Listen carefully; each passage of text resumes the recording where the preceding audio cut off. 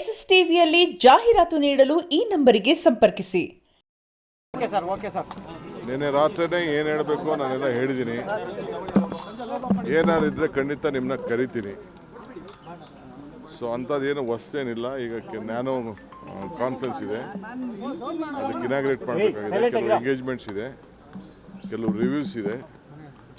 ಎಲ್ಲ ಮಂತ್ರಿಗಳಿಗೆ ನಾನು ಕೂಡಲೇ ನಾಳೆಯಿಂದನೇ ಎಲ್ಲ ಬರ ಪರಿಹಾರಕ್ಕೆ, ಬರ, ಅತಿವೃಷ್ಟಿ, ಅನಾವೃಷ್ಟಿ ಇವಕ್ಕೆಲ್ಲ ಭೇಟಿ ಮಾಡಬೇಕು ಅಂತ ಹೇಳಿದ್ದೀನಿ. ಟೈಮ್ ವೇಸ್ಟ್ ಮಾಡಿಬಿಡಿ ಅಂತ.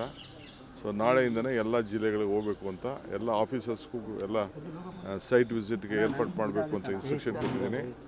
ಸೊ ಆ ಕೆಲಸದಲ್ಲಿ ಎಲ್ಲರೂ ಕೂಡ ತೊಡಗ್ತಾರೆ, ಎಲ್ಲ ಜಿಲ್ಲೆಗೆ ಹೋಗಬೇಕು. ಸಾಮೂಹಿಕ ರಾಜೀನಾಮೆ ಕೊಡ್ಲಿಕ್ಕೆಲ್ಲ ಮುಂದಾಗಿದ್ದಾರೆ ಸರ್. ಯಾರು ನೋಡಿ, ರಾಜೀನಾಮೆ ಕೊಡೋರು ಇವೆಲ್ಲ ರಾಜಕೀಯದಲ್ಲಿ ನಡೀತಾ ಇರೋದು.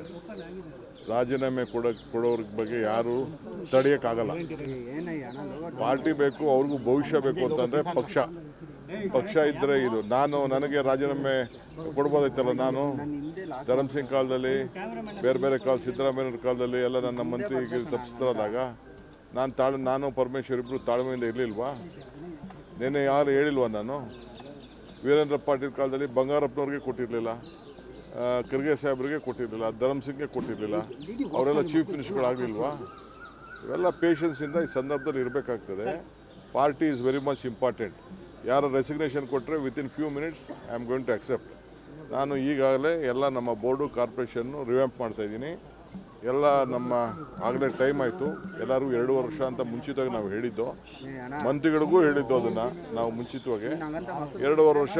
ಈಗ ಎಲ್ಲರೂ ಕೂಡ ನಾನು ರೆಸಿಗ್ನೇಷನ್ ಸಬ್ಮಿಟ್ ಮಾಡಿ ಅಂತ ಅಂದ್ಬಿಟ್ಟು ಬೋರ್ಡು, ಕಾರ್ಪೊರೇಷನ್ಗೆ ಫಸ್ಟು ನಮ್ಮ ವರ್ಕರ್ಸ್ಗೆ ಹೇಳ್ತೀನಿ. ವರ್ಕರ್ಸ್ ಎಲ್ಲ ಫಸ್ಟು ಫಿಲಪ್ ಮಾಡ್ತೀನಿ. ಆಮೇಲೆ MLAsನ ಕರೆದು ಒಬ್ಬೊಬ್ಬರನ್ನೇ ಮಾತಾಡ್ತೀನಿ.